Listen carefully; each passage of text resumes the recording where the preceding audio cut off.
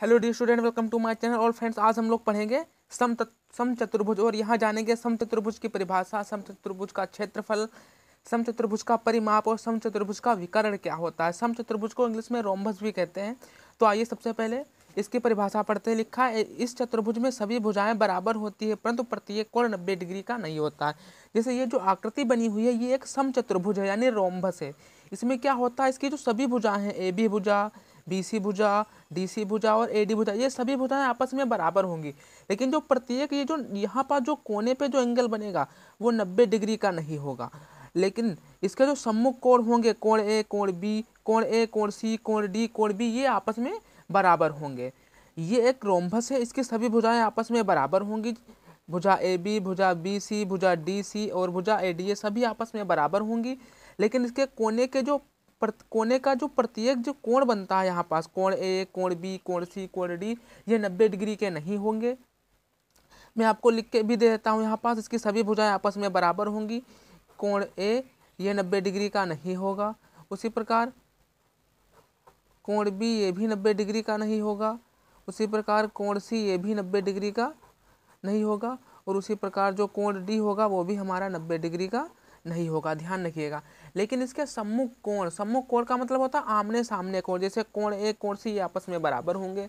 हम यहाँ लिख सकते हैं कोण ए, कोण सी आपस में क्या है, बराबर है। यहाँ हम लिख सकते हैं कोण ए, कोण सी आपस में बराबर होंगे। उसी प्रकार कोण जो बी होगा वो कोण डी के बराबर होगा, ध्यान रखिएगा। इसके प्रत्येक कोण 90 डिग्री के नहीं होंगे, लेकिन सम्मुख जो कोण है, कोणों का जो जोड़ा है, कोणों के जो युग्म है वो आपस में बराबर होंगी। और इसके सभी भुजाएं जो हैं वो सभी भी आपस में बराबर होंगी। अब हमने बताया था कोई भी आकृति हो उसका क्षेत्रफल, उसका परिमाप तो होता ही होता है। सबसे पहले अगर जो बात करते हैं इसके क्षेत्रफल की, तो इसका जो क्षेत्रफल होता है वो क्षेत्रफल होता है 1/2 विकर्णों का गुणनफल। देखिए विकर्ण क्या होते हैं, हमने आपको बताया था। विकर्ण का मतलब होता है एक कोने से दूसरी कोने को मिलाने वाली भुजा। जैसे हम इस पे इस तरीके से विकर्ण खींच सकते हैं, ये विकर्ण हो गया हमारा। और हम इस तरीके से भी इसमें विकर्ण खींच सकते हैं, ये भी हमारा विकर्ण हो गया। ये एक दूसरे को मानते हैं कि ओ बिंदु पर प्रतिच्छेद करते हैं। तो अब क्या होगा, देखिए ध्यान से, यहाँ पर जो एंगल बनेगा ये वाले एंगल, ध्यान रखिएगा, ये वाले एंगल ये 90 डिग्री होंगे। ये जो इसके जो विकर्ण होते हैं, रोम्बस के जो विकर्ण होते हैं वो एक दूसरे को 90 डिग्री पे बाइसेक्ट करते हैं, 90 डिग्री पे काटते हैं, ध्यान रखिएगा। यहाँ पर जो एंगल बनेगा ये 90 डिग्री का बन जाएगा, ध्यान रखिएगा। लेकिन इसके कोने के जो प्रत्येक कोण होते हैं वो 90 डिग्री के नहीं होंगे। और यहाँ हम ये भी लिख सकते हैं, जो विकर्ण AC है और जो विकर्ण BD है ये भी आपस में बराबर होंगे, ध्यान रखिएगा।